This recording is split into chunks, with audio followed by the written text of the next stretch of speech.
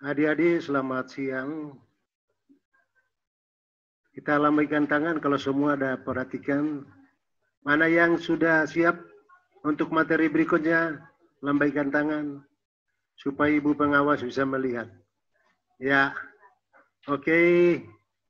Kita hari ini akan kembali belajar tentang apa sebenarnya kurikulum 13 itu. Yang disingkat dengan kurikulum K13. Nanti akan disampaikan oleh Ibu pengawas supaya lebih tahu persis siapa itu Ibu pengawas. Nanti Ibu pengawas kita yang akan memperkenalkan dirinya supaya adik-adik lebih tahu bahwa di sekolah itu ada pengawas dari Provinsi Sulawesi Utara. Semua memantau kegiatan belajar mulai dari kepala sekolah, guru, sampai di siswa. Itu adalah tugas dan tanggung jawab dari pengawas. Jadi perhatikan semua dan ikuti secara saksama materi ini supaya bermanfaat dan berguna bagi adik-adik sekalian. Silakan, Bu.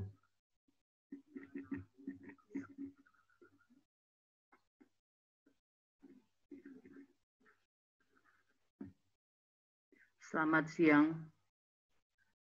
Salam sejahtera untuk kita semua. Assalamualaikum warahmatullahi wabarakatuh. Berbahagia pada siang hari ini kita bisa bertemu dalam kegiatan pengenalan lingkungan sekolah di SMA Negeri 8 Manado. Namun sebelum Ibu lanjut dengan apa itu kurikulum 2013, ada yang bilang kalau tidak dikenal maka tidak disayang. Maka mau berkenalan dulu. Nama saya Dr. Anda Syane Shirley Johanna Karauan, MPD. Saat ini bertugas sebagai pengawas bina di SMA Negeri 8 Manado sejak bulan Maret. Dan saat ini dalam kegiatan pengenalan lingkungan sekolah, maka materi yang akan saya sampaikan tentang kurikulum 2013. Pasti adik-adik sudah banyak dengar sejak masih duduk di sekolah dasar sampai lulus SMP, pasti sudah sangat familiar dengan kurikulum 2013. Karena kurikulum ini adalah kurikulum yang menggantikan kurikulum 2006. Dan mulai diuji coba kurikulum ini sejak tahun 2013. 1 tahun awal adalah uji coba dan tahun 2019, jadi sesudah 6 tahun, maka kurikulum ini sudah terimplementasi di seluruh sekolah di Indonesia. Karena ini merupakan kurikulum nasional. Apa sebenarnya itu kurikulum? Kurikulum itu isinya adalah tentang rencana, tentang tujuan, tentang materi, dan tentang cara mengajar atau digunakan sebagai pedoman oleh guru di dalam pencapaian tujuan. Tujuan adanya kurikulum adalah supaya di dalam proses pelaksanaan tugas, guru itu memiliki patokan dasar. Jadi dalam kegiatan pembelajaran, guru-guru itu tidak sembarangan, tetapi ada panduan yang sudah ditetapkan oleh pemerintah. Panduan itu berupa pedoman, dan pedoman itu itulah yang disebut kurikulum 2013. Boleh lanjut? Nah, di dalam kurikulum 2013 ada materi-materi yang dirampingkan atau dan ada juga materi-materi yang ditambahkan. Nah, materi-materi yang dirampingkan adalah di materi-materi Bahasa Indonesia, IPS, dan PPKN. Sedangkan materi yang mendapat tambahan adalah materi matematika. Karena harapannya adalah dengan kemampuan atau literasi berhitung yang lebih baik, maka generasi muda Indonesia itu punya kemampuan untuk bersaing di era globalisasi. Sebelum lanjut, Ibu akan menjelaskan sebenarnya kenapa kurikulum itu diganti dari kurikulum 2006 harus berubah ke kurikulum 2013. Tujuannya adalah kurikulum 2013 adalah untuk mempersiapkan manusia Indonesia atau generasi muda Indonesia agar memiliki kemampuan hidup sebagai pribadi maupun sebagai warga negara yang beriman, yang produktif, yang kreatif, inovatif, dan efektif, serta mampu berkontribusi pada kehidupan bermasyarakat, berbangsa, dan bernegara, dan mengambil bagian di dalam peradaban dunia. Nah, kenapa sampai ada kurikulum 2013? Ada 3 tantangan besar yang dihadapi oleh bangsa ini. Minta tolong siswa yang duduk di ruangan ini tolong perhatikan, jangan tidur, semangat anak muda. Ya, karena yang akan disampaikan ini adalah untuk adik-adik. Jadi supaya nanti mau belajar tahu mesti backing apa untuk persiapan ke masa depan adik-adik. Adik-adik ini akan dididik, akan dilatih, akan diajar untuk menjadi seperti apa. Maka pedomannya itu adalah kurikulum 2013.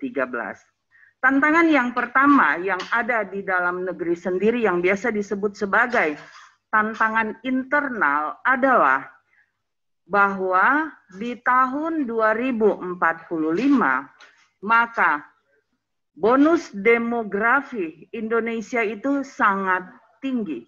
Apa itu bonus demografi? Bonus demografi bahwa di tahun 2045 di saat Indonesia memasuki 100 tahun merdeka, maka jumlah tenaga kerja Indonesia itu mencapai puncaknya. Itu artinya supaya di tahun 2045 itu generasi muda Indonesia, angkatan kerja Indonesia itu kompeten, maka Anda-Anda yang duduk di bangku sekolah saat ini harus dipersiapkan. Harus dipersiapkan untuk apa? Untuk memiliki kompetensi secara holistik, untuk memiliki kompetensi secara utuh, untuk memiliki skill secara utuh. Apa yang harus dikembangkan di dalam diri adik-adik lewat kurikulum 2013 ini? Mungkin di sini ada, saya boleh jawab, Kang. Ada 3 kompetensi pokok yang harus dikembangkan. Apa? Tidak ada yang bisa jawab atau belum? Sikap, pengetahuan, dan keterampilan. Kalau sikap berarti berhubungan dengan apa? Karakter. Tadi sudah dijelaskan karakter. Torang P apa? Berhubungan dengan torang P apa? Kepribadian. Kompetensi sikap itu ada 2, yaitu sikap sosial dan sikap berhubungan dengan Tuhan. Sikap religius. Jadi, di dalam setiap kegiatan pembelajaran yang terjadi, baik itu interaksi secara langsung maupun saat ini karena kita dalam keadaan yang luar biasa, karena ada pandemi ini, maka kegiatan pembelajaran dilakukan lewat daring, ada yang lewat luring, kalau yang di sini berarti luring, Kang, di luar jaringan karena kita bisa tatap muka. Maka yang akan dibentuk adalah 3 kompetensi yang tadi, secara menyeluruh. Di antara 3 kompetensi ini, mana yang paling penting? Kira-kira siapa boleh jawab? Di antara 3 kompetensi ini, mana yang paling penting menurut adik-adik? Yang ada di sini, Jo. Yang ada di rumah. Oh, susah, Kang. Yang di sini, Jo. Mana yang paling penting? Sikapkah? Pengetahuankah? Oh, ada.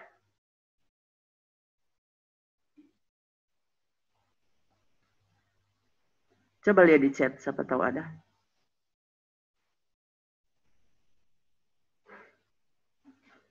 Yang mau menjawab?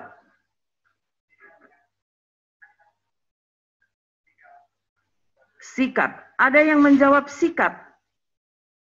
Bisa memberi alasan, sayang? Bisa memberi alasan kenapa memilih sikap? Ayo, Dek.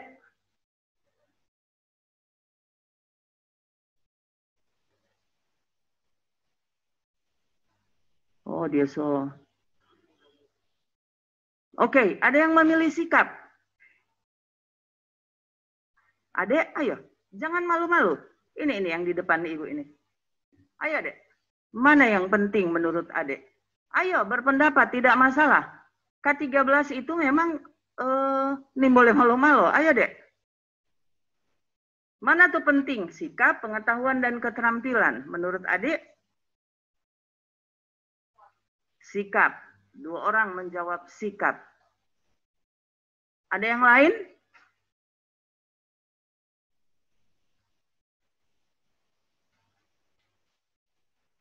Oke. Ada yang lain? Ya.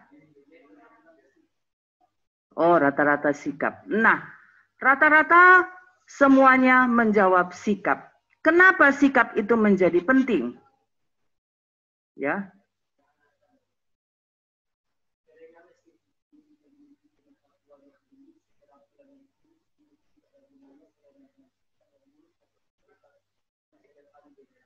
Oke. Jadi sudah ada yang menjawab. Walaupun punya pengetahuan yang tinggi, punya keterampilan yang baik, kalau sikapnya buruk, maka bisa merusak masa depan diri sendiri maupun bisa merusak masa depan bangsa. Ada lagi, Dek? Oke. Tolong dicatat nama-namanya ya. Iya.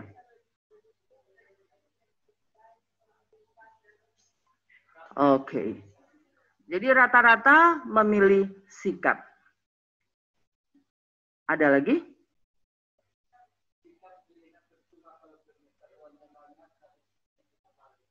Iya. Jadi ada yang menjawab percuma punya pengetahuan yang luas, tapi sikap tidak baik.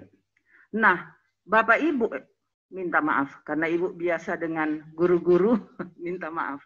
Adik-adik, jawaban-jawaban yang sudah diberikan tadi, kita acungi jempol, kita tepuk tangan untuk mereka yang sudah menjawab. Kita tepuk tangan untuk mereka yang sudah menjawab. Pembentukan itu sikap memang penting. Sekarang pertanyaan tadi, pembentukan sikap sangat penting. Di dalam K13, maka diupayakan bahwa pengembangan pengetahuan dan pembentukan keterampilan siswa itu harus diupayakan untuk seimbang dengan sikap siswa. Jadi generasi muda Indonesia itu diharapkan punya kompetensi secara utuh. Sikap, oke, nomor 1 memang sangat penting. Karena seseorang itu yang mempunyai kepribadian yang baik, punya disiplin belajar yang tinggi, memiliki kejujuran, pekerja keras, otomatis dia pasti pembelajar yang baik. Seorang pembelajar yang baik, pasti dia akan punya pengetahuan yang banyak. Oke, boleh setuju dengan Ibu? Pembelajar yang baik itu pasti punya pengetahuan yang banyak. Sambil diiringi dengan pengembangan keterampilan siswa. Nah sekarang, di dalam K13, pembentukan keterampilan siswa itu terjadi secara bersamaan di dalam kegiatan pembelajaran baik itu tatap muka, daring maupun luring maupun kegiatan-kegiatan pembelajaran yang lain. Maka pembentukan sikap itu di dalam K13 itu disebut sebagai pembelajaran tidak langsung. Artinya dengan siswa itu belajar lewat kegiatan-kegiatan yang diberikan oleh guru, lewat proses yang diberikan oleh guru, maka otomatis di dalam proses itu akan terbentuk sikap-sikap tertentu di dalam diri seorang siswa. Karena Ibu sebelum jadi pengawas adalah guru fisika, sama dengan Pak Dalfian, kan Pak Dalfian? Adalah seorang guru fisika yang mengajar selama 25 tahun, sesudah itu diangkat jadi pengawas. Misalkan, di saat seorang anak itu belajar fisika, kira-kira sikap apa yang akan dimiliki oleh anak tersebut? Mata pelajaran fisika itu terkenal sebagai mata pelajaran yang sedikit sulit. Kang, Pak Dalfian.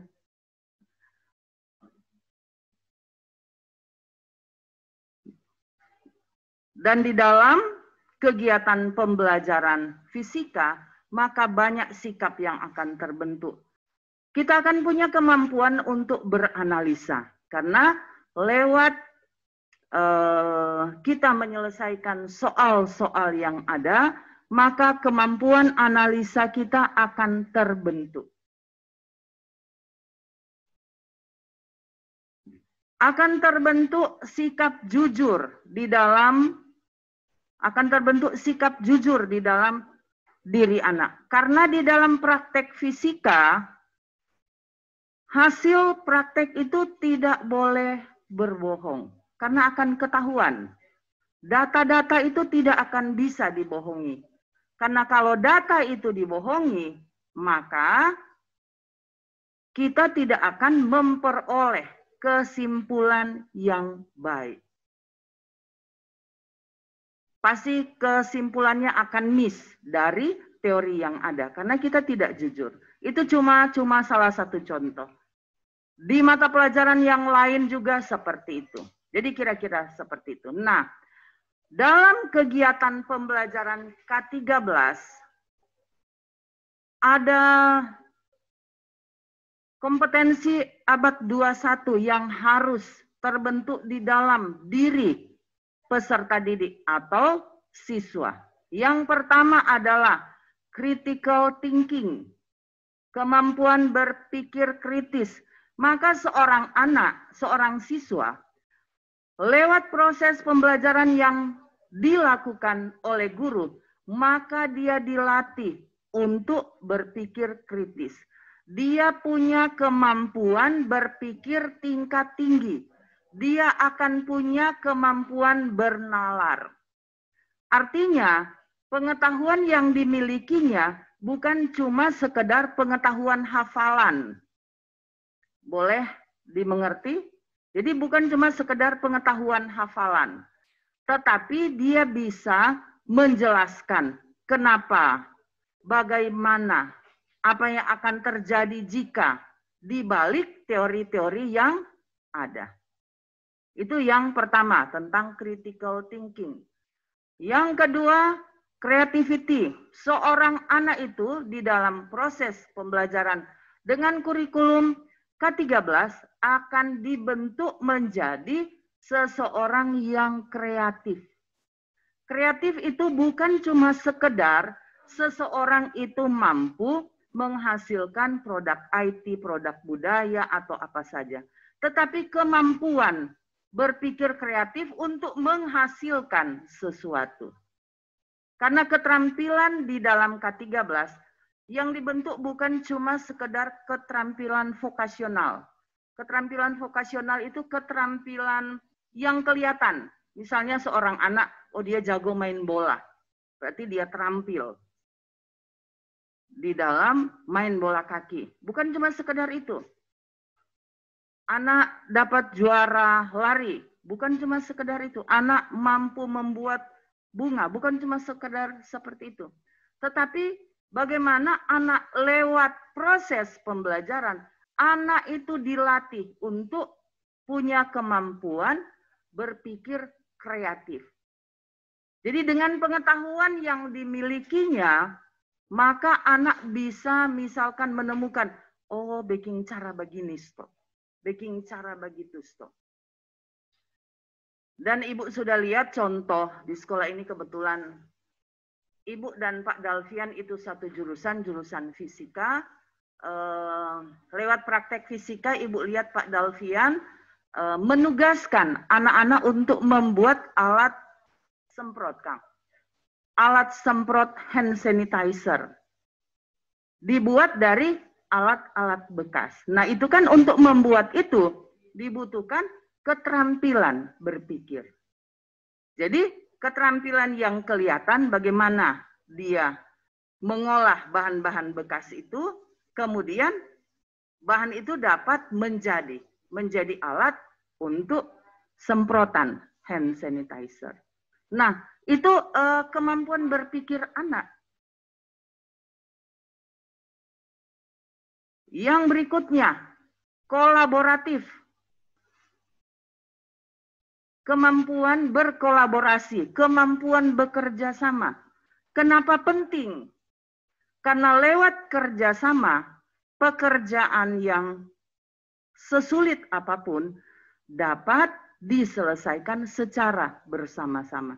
Nah, lewat kompetensi kemampuan kolaborasi itu, maka di situ akan banyak yang akan terbentuk. Kemampuan anak itu akan dilatih untuk mampu menerima pendapat orang lain. Boleh mengalah. Karena lain kali kalau orang diskusi kelompok, dalam satu kelompok 5 orang, ada satu tukang ngotot, ada satu cuma iyo-iyo, kan? Begitu toh? Ada satu mana-mana aja. Mana aja tuh baking. Pokoknya yang penting kita penama ada di situ. Tidak seperti itu. Maka lewat proses pembelajaran K13, maka kemampuan kolaboratif ini diharapkan terbentuk. Lewat apa? Lewat tugas-tugas yang diberikan oleh guru yang harus diselesaikan secara bersama-sama. Karena di situ lewat diskusi kelompok, maka seseorang itu pasti akan punya kemampuan mengemukakan pendapatnya. Orang mampu mengemukakan pendapat kalau dia punya pengetahuan. Kalau dia tidak punya pengetahuan, mau bilang apa? Ya. Jadi, pengembangan kompetensi sikap, keterampilan, dan pengetahuan itu dia harus bertumbuh bersama. Mesti sama-sama. Boleh ada salah satu yang mana yang lebih istimewa. Dia mesti beriringan, sama-sama terbentuk. Jadi itu yang kemampuan kolaborasi. Karena lewat kerja kelompok, di situ akan terjadi banyak diskusi, sehingga ada kompetensi-kompetensi atau sikap-sikap yang akan terbentuk.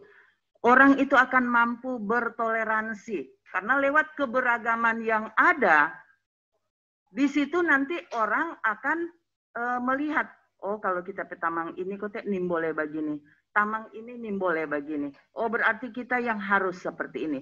Tujuannya cuma satu, agar generasi muda Indonesia itu secara utuh punya kompetensi itu. Jadi so lewat 3, Kang, tadi. Critical thinking. Yang kedua apa tadi? Creativity atau kreativitas. Yang ketiga, collaboration, kemampuan berkolaborasi. Berarti itu bentuk apa? Kerjasama. Yang terakhir adalah punya kemampuan berkomunikasi. Tadi di materi pertama sudah ada penjelasan dari Ibu Guru Muda tentang bagaimana itu berkomunikasi. Nah, seseorang akan punya kemampuan berkomunikasi, dia juga harus punya keterampilan berbahasa dengan baik. Dan itu harus dilatih. Itu harus dilatih. Karena kalau tidak dilatih, maka seorang siswa yang pemalu itu di saat mendadak ditugaskan misalkan untuk menyampaikan, mengemukakan pendapatnya, dia akan tiba-tiba jadi gago. Iyo stow, begini stow. Jadi kenapa? Karena kemampuan komunikasinya belum terbentuk. Maka mungkin adik-adik ingat waktu masih di SMP, memang Kang sok 6 bulan Kang nyandak KBM langsung Kang, memang terasa beda dengan tahun lalu sampai Desember 2019. Mungkin adik-adik ingat, kalau guru menugaskan adik-adik untuk presentasi di depan, ada toh? Habis bikin tugas kelompok ini presentasi, ya toh? Nah biasa di kegiatan belajar kelompok itu sebenarnya membangun kolaborasi. Membiasakan anak-anak untuk bekerja sama. Hasilnya, keputusan bersama, itu kan biasa hasil bersama. Itu kan diputuskan bersama, bukan cuma 1-2 orang mau. Maka hasil itu disampaikan lewat presentasi, menyampaikan di depan. Yo Kang? Menyampaikan di depan. Tujuannya untuk apa? Melatih adik-adik untuk punya kemampuan berkomunikasi. Di dalam diskusi kelompok, apakah adik-adik dilatih untuk berkomunikasi? Ya, kan Anda akan menyampaikan pendapat. Makanya, kalau ada tugas, jangan malu-malu. Karena salah satu tujuan K13 itu adalah membuat generasi muda Indonesia itu menjadi berani mengemukakan pendapatnya, menjadi mandiri. Jadi itu nanti ada materi khusus Kang Intan tentang karakter. Nah, itu nanti akan dilanjutkan ada materi khusus tentang pendidikan karakter. Itu mungkin nanti disampaikan kemudian. Tetapi lewat K13 tuntutan pembentukan kompetensi abad 21 itu harus terbentuk. Di mana itu akan terbentuk?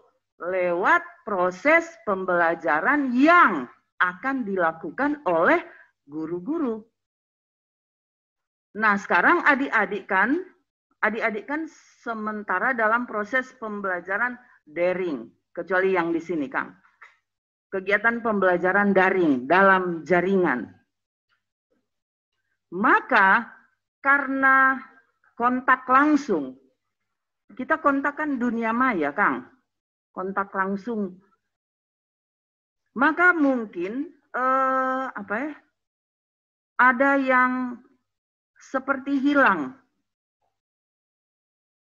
Karena memang akan terasa beda di saat seorang guru itu mengajar tatap muka langsung, bisa komunikasi langsung dengan lewat jaringan.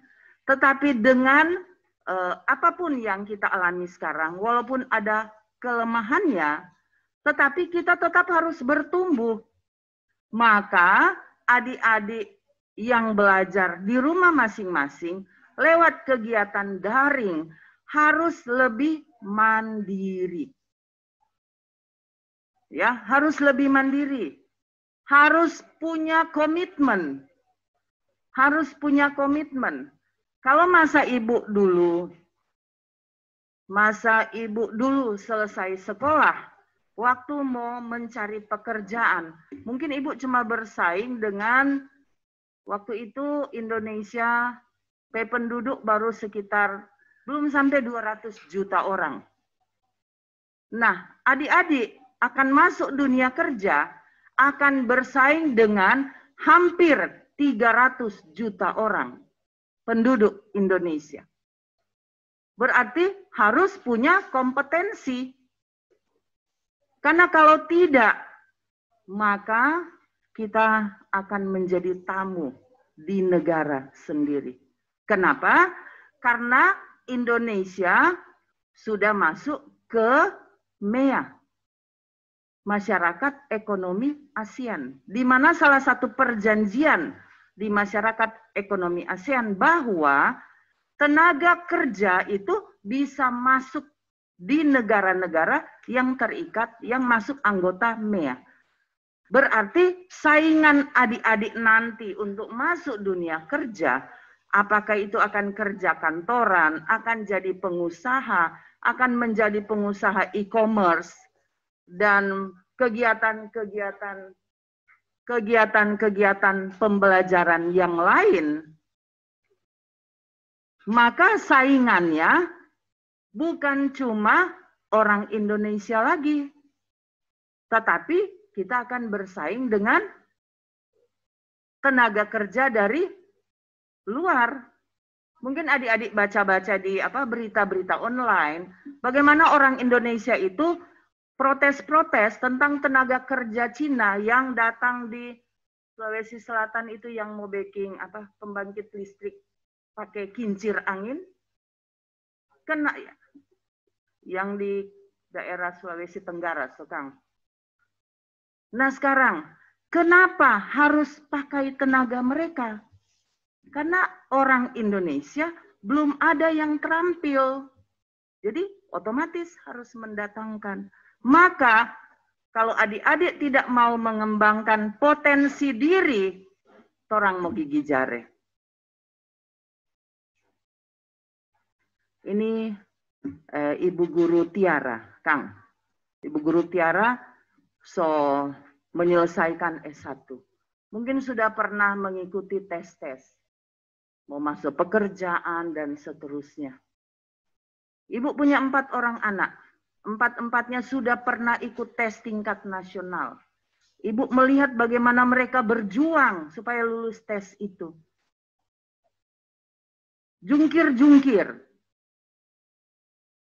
Oleh sebab itu adik-adik yang baru memulai masuk tingkat SMA, baru masuk kelas 10, jangan sia-siakan kesempatan ini. Adik-adik masuk ke SMA 8 memulai proses pendidikan di sini. Namanya suatu proses pendidikan berarti harus ada terjadi perubahan dalam diri adik-adik. Perubahan itu dalam bentuk apa? Sikap, pengetahuan, dan keterampilan. Jangan lulus SMP, keterampilannya cuma begini, lulus SMA lebih besar dari itu. Itu artinya tidak melewati proses pendidikan.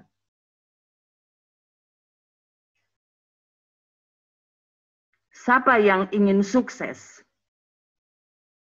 Satu orang? Coba lihat di chat. Oh, banyak yang angkat tangan. Nah, iya. Itu artinya semua ingin sukses. Nah, sekarang pertanyaan Ibu satu. Ukuran sukses untuk Anda, tolong chat. Ibu akan baca 2 chat. Ukuran sukses untuk Anda itu apa? Menurut Anda, ukuran sukses itu seperti apa?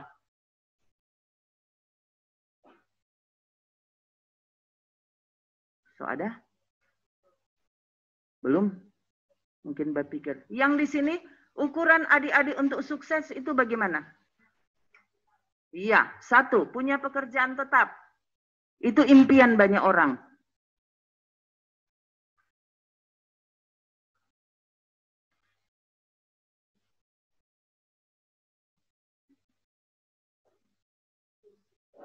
Ya. Bagaimana? Bahagiakan orang tua. 1, ukuran sukses, punya pekerjaan tetap. Ingin membahagiakan orang tua, bisa membantu orang lain. Banyak gelar, punya gelar. Ya. Iya. Oke. Punya penghasilan sendiri. Karena memang sasaran anak-anak mau sekolah kan itu, Kang. Punya pekerjaan tetap. Yes. Itu artinya kalau punya pekerjaan tetap, mau kerja apa orang? Mau kerja di instansi, Kang. Mau jadi PNS, kayak mau polisi, mau kerja di bank, mau kerja di BUMN, atau mau kerja di mana saja. Nah, untuk mencapai itu, adik-adik harus punya kompetensi. Kompetensi yang mana? Yang 4 Ibu sebutkan tadi. Kapan itu adik-adik bisa miliki? Kalau kita mengikuti proses pembelajaran dengan bertanggung jawab. Mandiri dan bertanggung jawab. Sama dengan ini, kalau kita belajar daring. Siapa yang bergabung daring ini karena kesadaran sendiri? Mana yang angkat tangan? Karena suka bergabung, 1. Baru 1 angkat tangan ini, Nona. Siapa DP nama itu? Nadia. Ayumi Hasan. Siapa leh?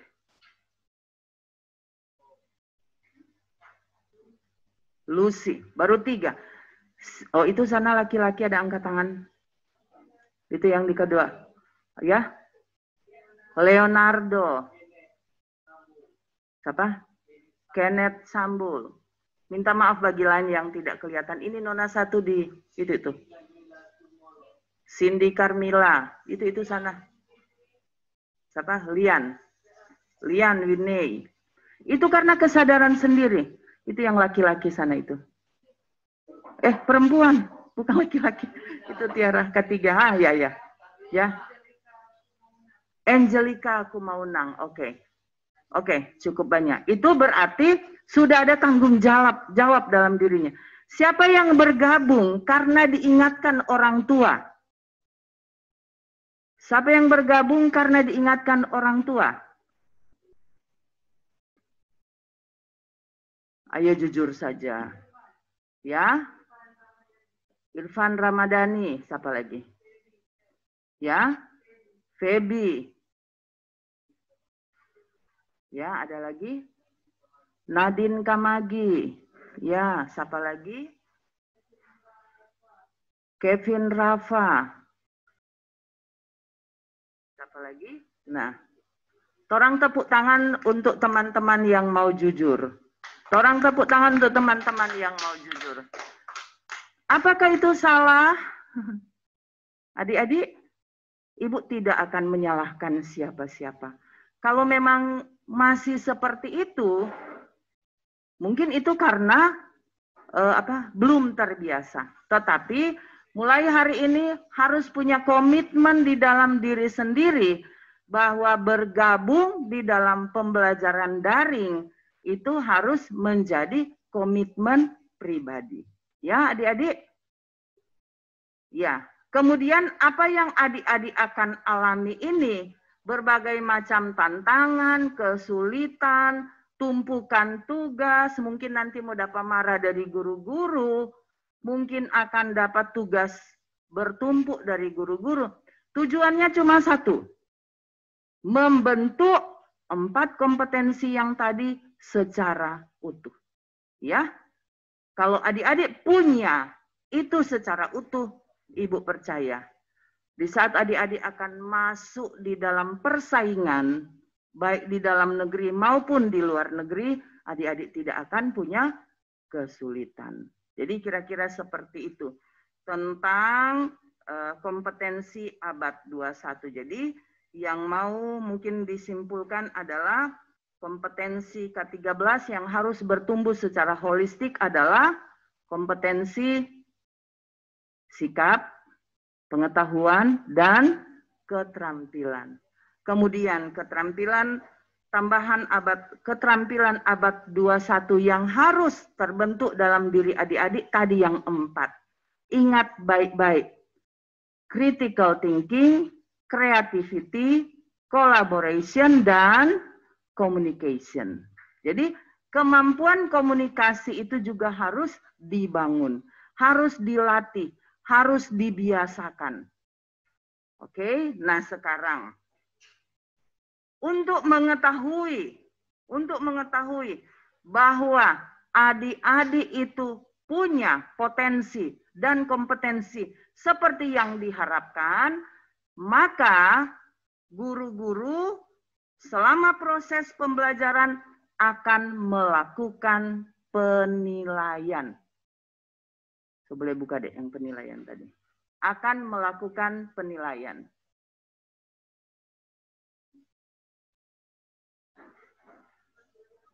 Oh, masih ada waktu.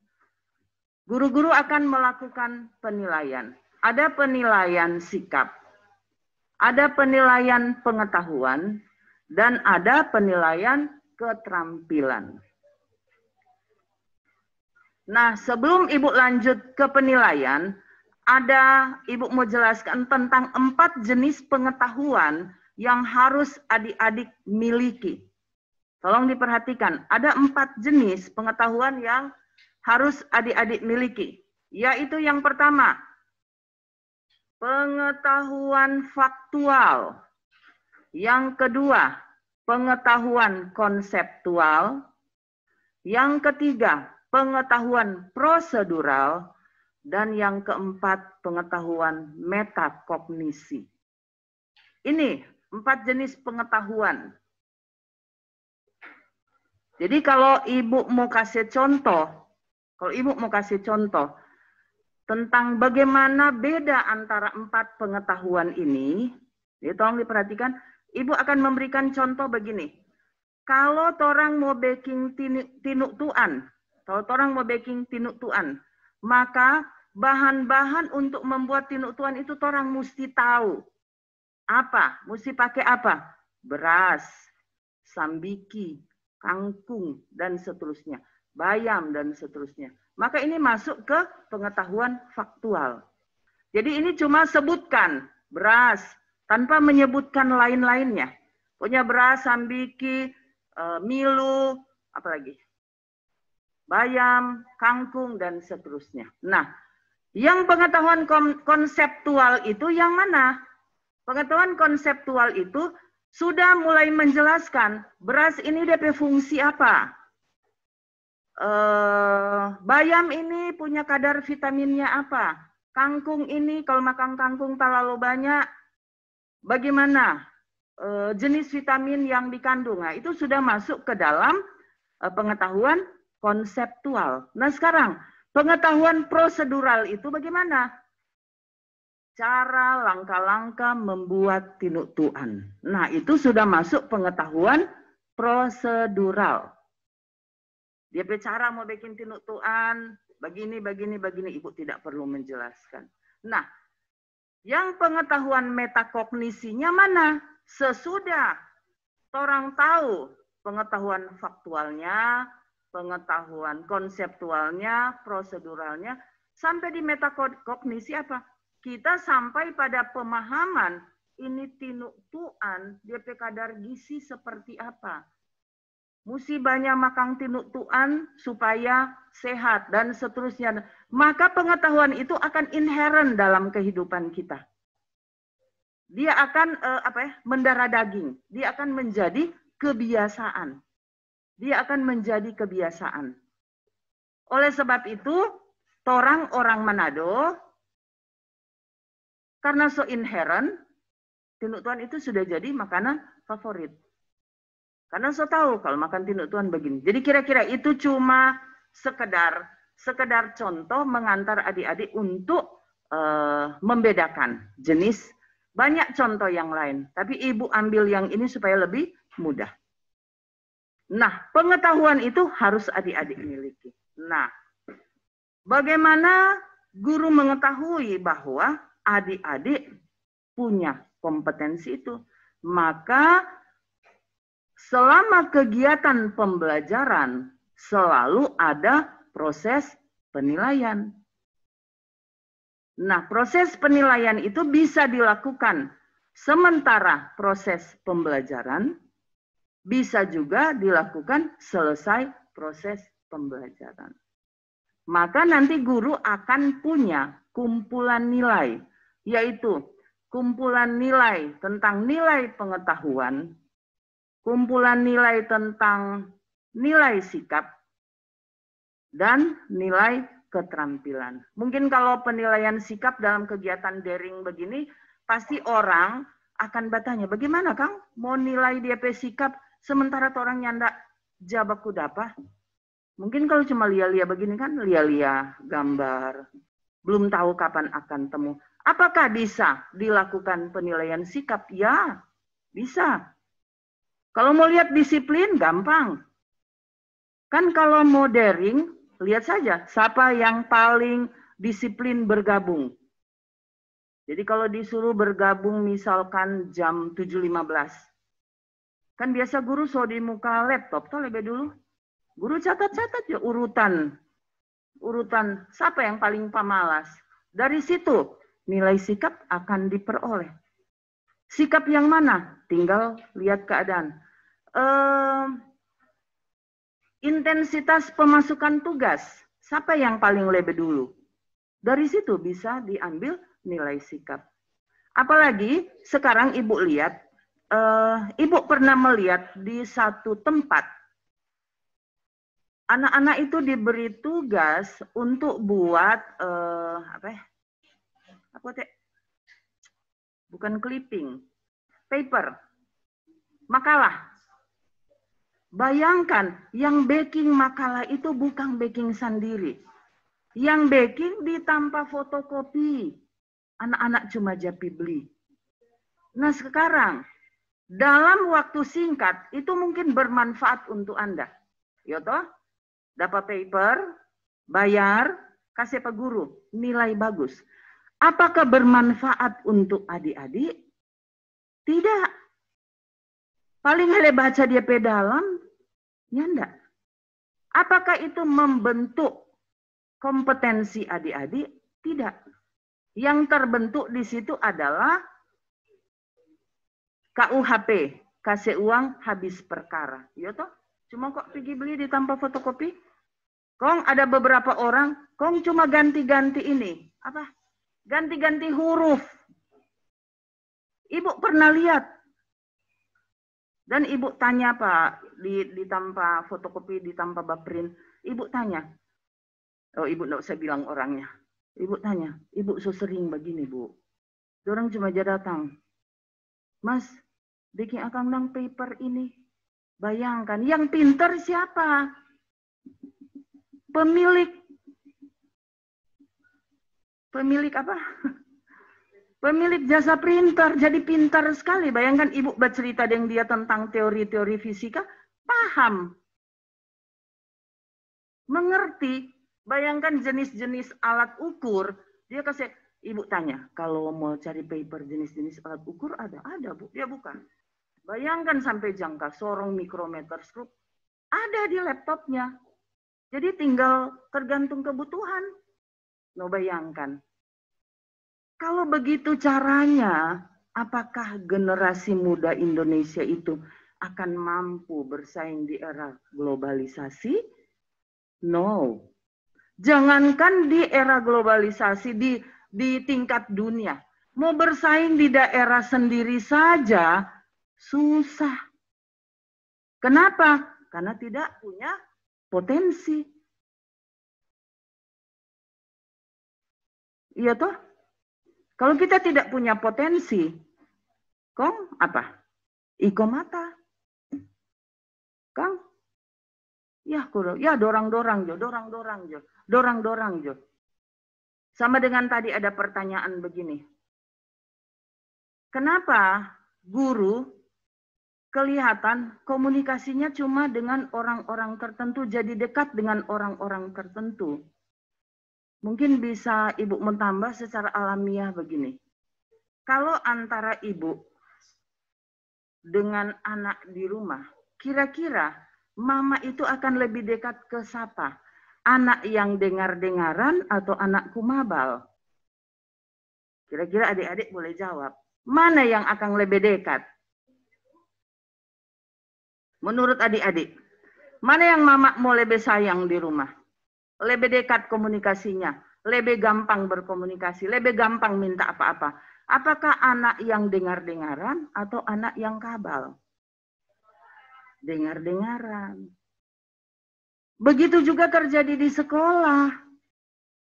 Karena guru itu adalah orang tua kedua adik-adik. Iya toh? Kan ada murid yang kali datang begini, belum baku dapat ibu guru sampai doh ngana kok kemarin lu terlambat ini. Maka dia sendiri yang menjauh. Kenapa? Sudah merasa tidak nyaman. Itu karena apa? Komunikasinya senyandak jalan baik dengan guru. Kenapa? Karena ada pelanggaran yang dilakukannya. Supaya komunikasi itu berjalan baik, ayo kita sama-sama bertanggung jawab terhadap pekerjaan masing-masing. Guru melakukan tugasnya sebagai guru dan siswa melakukan tugasnya sebagai siswa. Dan orang tua melakukan tugasnya sebagai orang tua. Karena memang harus ada kerjasama. Kalau tidak ada kerjasama ya akan sulit. Nah, kegiatan pembelajaran yang baik akan terjadi jika pengelolaan proses pembelajaran itu juga baik. Pengelolaan proses pembelajaran itu baik jika manajemen sekolahnya baik. Maka dia akan jadi satu lingkaran yang tidak bisa diputus. Manajemen sekolah juga itu harus didukung oleh orang tua siswa atau stakeholder yang lain. Nih boleh lepas, karena sekolah itu nyandak berdiri sendiri. Harus ada dukungan orang tua, harus ada dukungan masyarakat, harus ada dukungan pemerintah. Karena sekolah itu punya tanggung jawab besar mengantar generasi muda Indonesia untuk punya kompetensi abad 21 lewat kurikulum 2013.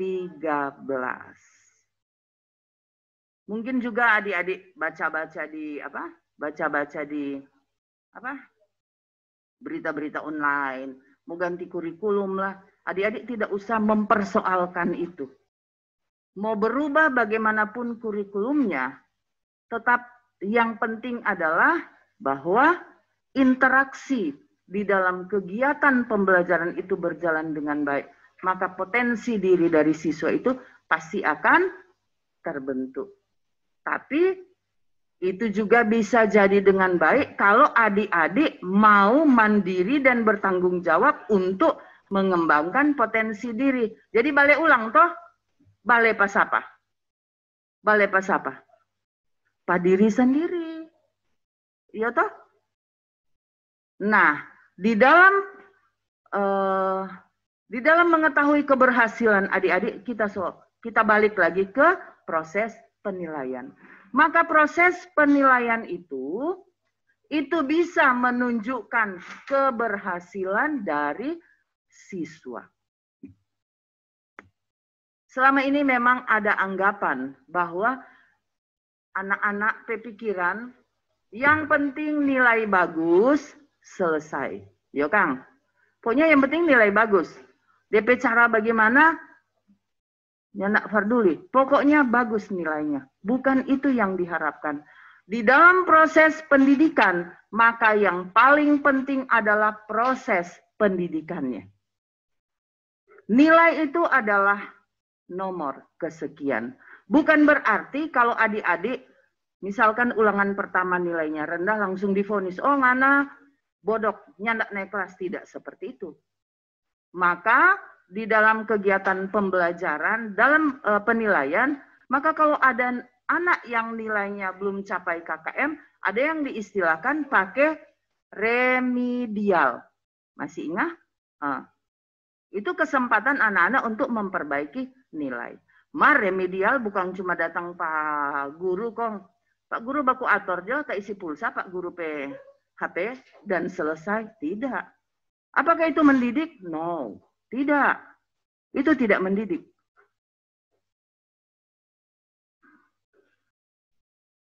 Maka adik-adik harus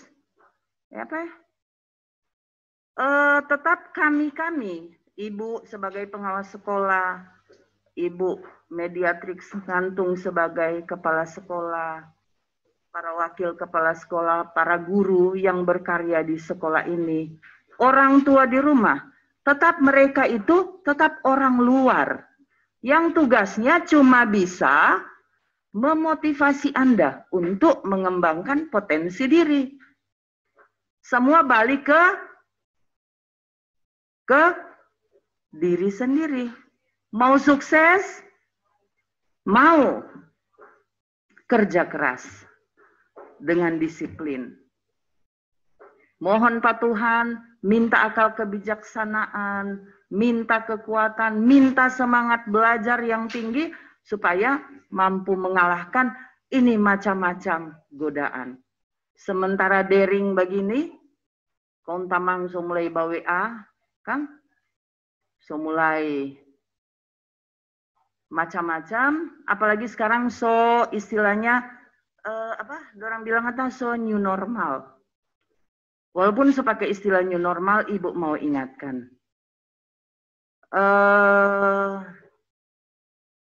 Walaupun kegiatannya masih daring, masih tetap diingatkan adik-adik untuk kalau tidak penting sekali, tetap stay home.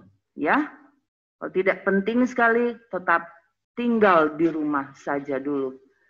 Jangan menggunakan waktu-waktu untuk kongko-kongko, apalagi mall so buka, Kang. Numpuk di tempat-tempat keramaian, tetap jaga jarak, pakai apa? 5 menit. Tetap cuci tangan, apalagi? Cuci tangan, pakai masker, dan jaga jarak. Jadi, mungkin itu yang perlu Ibu sampaikan tentang kurikulum 2013. Sekali lagi, mungkin ini cuma kesimpulan akhir bahwa kurikulum K13 itu akan memandu guru untuk melakukan proses pembelajaran untuk membentuk kompetensi adik-adik secara holistik. 3 kompetensi yang tadi, sikap, pengetahuan, dan keterampilan, ini akan ada daftar nilainya di guru masing-masing, dan adik-adik punya keterampilan abad 21. Yang 4 tadi, istilahnya 4C. 4C. Jadi kalau lelah di rumah, ingat-ingat aja ini. 4C. 4C. Critical thinking, creativity, collaboration, and communication. Oke? Nah, dalam kegiatan pembelajaran nanti, jika Anda dituntut untuk berani bicara, silahkan. Jangan malu-malu. Oke? Supaya Anda punya keberanian untuk mengalahkan ketakutan Anda. Karena itu DP inti. Oke? Sekali lagi, itu kesimpulan akhirnya. Ibu cuma mau menyampaikan selamat belajar. Karena adik-adik sudah menapaki masa depan Anda di SMA Negeri 8 Manado. Sudah mempercayakan sekolah ini untuk mendidik adik-adik, untuk mengantar adik-adik menuju ke masa depan yang cemerlang dan membahagiakan. Semoga harapan dan cita-cita adik-adik ke depan, tadi ada tuh yang bilang cita-cita mau jadi apa, ukuran-ukuran keberhasilan, semoga semuanya itu bisa diraih. Tuhan memberkati kita semua dan selamat siang. Soalnya ada tanya jawab, Kang.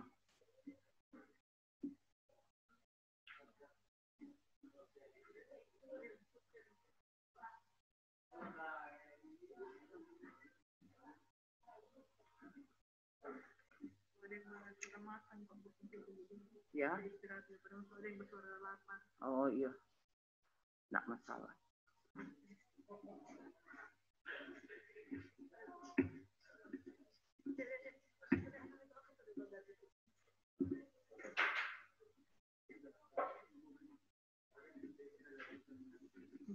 Ya, baik. Kita sekarang jeda sebentar ya. Yang mau istirahat makan siang silakan.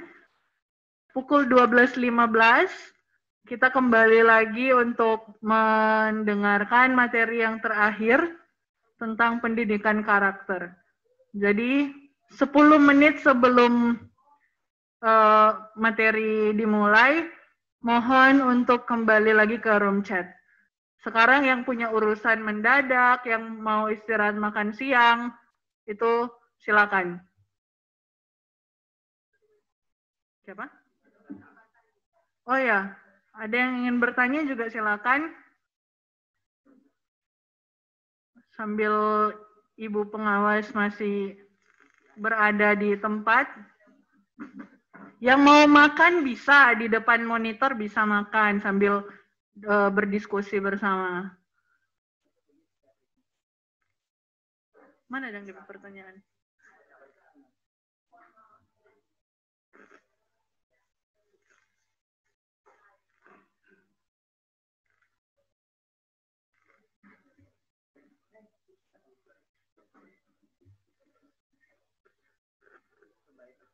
Belum.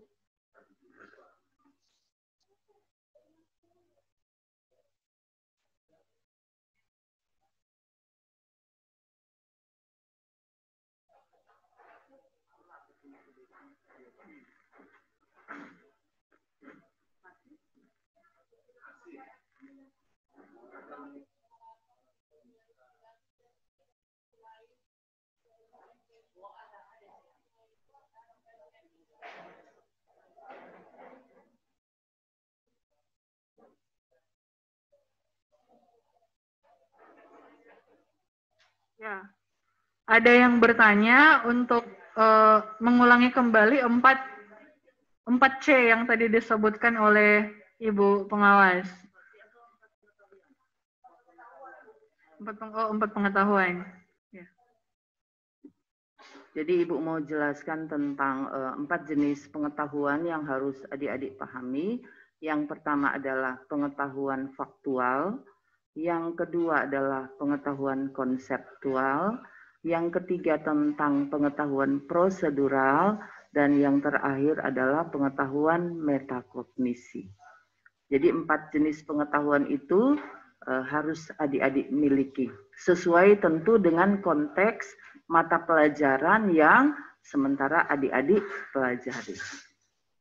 Tentu saja jenis 4 pengetahuan itu untuk fisika, untuk biologi, untuk kimia, untuk matematika, untuk sejarah pasti berbeda-beda. Oke, itu saja. Makasih.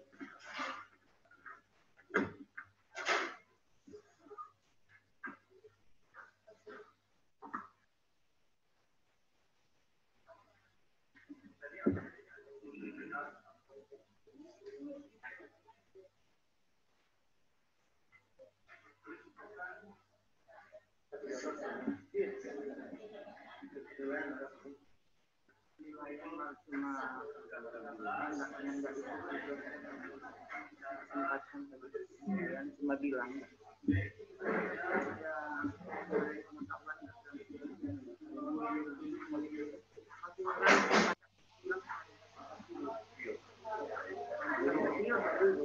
Apa?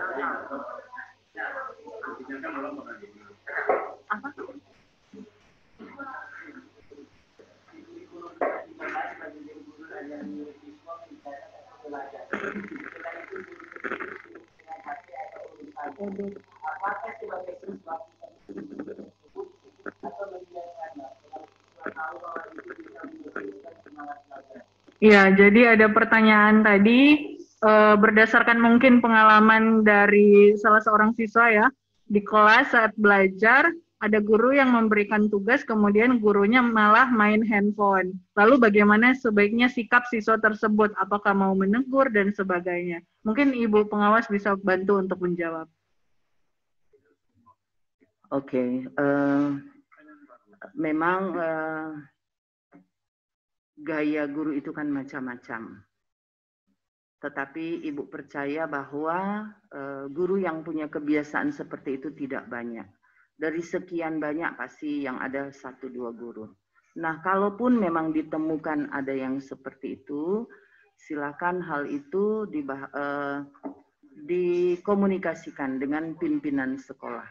Karena yang berhak untuk melakukan pembinaan kepada guru itu adalah pimpinan sekolah. Jadi jangan siswa karena melihat guru seperti itu dan siswa menegur langsung. Itu akan menjadi presiden yang tidak baik selama proses pembelajaran. Jadi sederhana saja.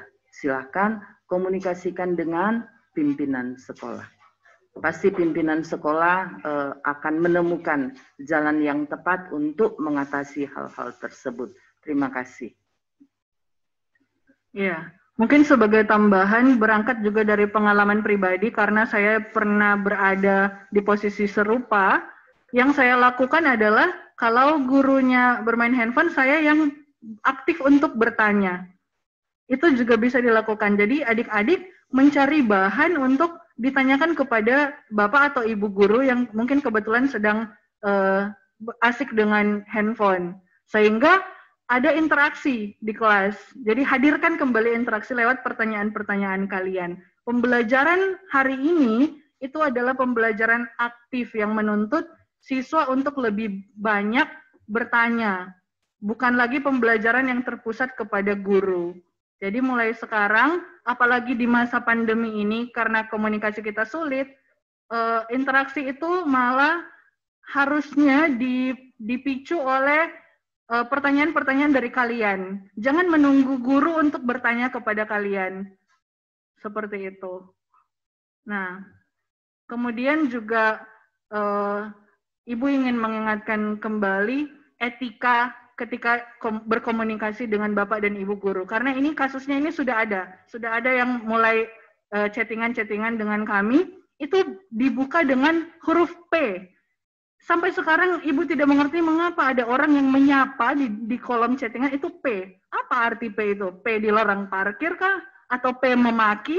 Ibu juga kurang paham ya. Jadi ada etika. Kalau ingin berkomunikasi dengan Bapak Ibu guru, mulailah dengan ucapan salam. Selamat pagi Bapak, selamat pagi Ibu. Mohon maaf mengganggu. Saya ingin bertanya ini dan seterusnya ya. Meskipun Anda sedang berada di kolom chattingan WhatsApp dan sebagainya. Karena segala sesuatu yang Anda lakukan interaksi baik via daring maupun langsung, itu akan menjadi penilaian bagi kalian sendiri.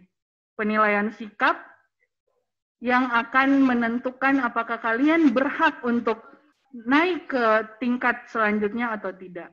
Jadi mohon untuk diperhatikan ya, sekali lagi, kami para guru bukan teman sepermainan kalian.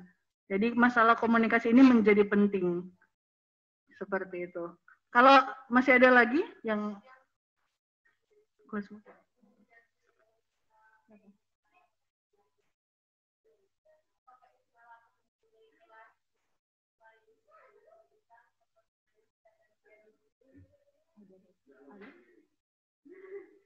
Apa yang ada? Tapi di sini ada alatnya, ada apa? Gitar nggak ada ya?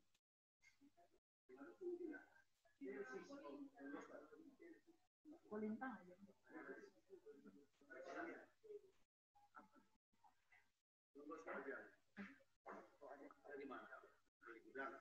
Pakai ibadah tiap hari.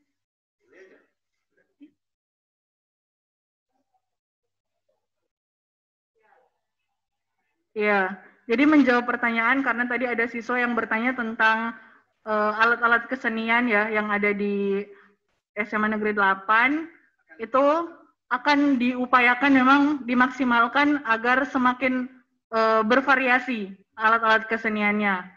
Mungkin sekarang kalau piano itu memang harganya kan sangat mahal. Barangkali kalau ada teman-teman yang punya piano yang sudah tidak terpakai, mau beli baru mungkin ya, bisa disumbangkan ke sekolah biar teman-teman yang lain juga merasakan bagaimana sih caranya bermain piano seperti itu. Kalau di sini ada ekskul kolintang juga ya di SMA Negeri 8 dan mungkin ada gitar dan itu biasanya pembelajaran seni itu langsung dengan guru keseniannya. Oh ya, gitar pernah ada siswa yang mengikuti lomba FLS 2N tingkat Kota Manado dengan alat musik gitar itu mendapatkan peringkat 2. Luar biasa, itu lomba festival seni. Jadi siswa SMA Negeri 8 Manado juga punya banyak prestasi di bidang kesenian, selain juga ada olahraga, robotik, dan lain-lain. Seperti itu.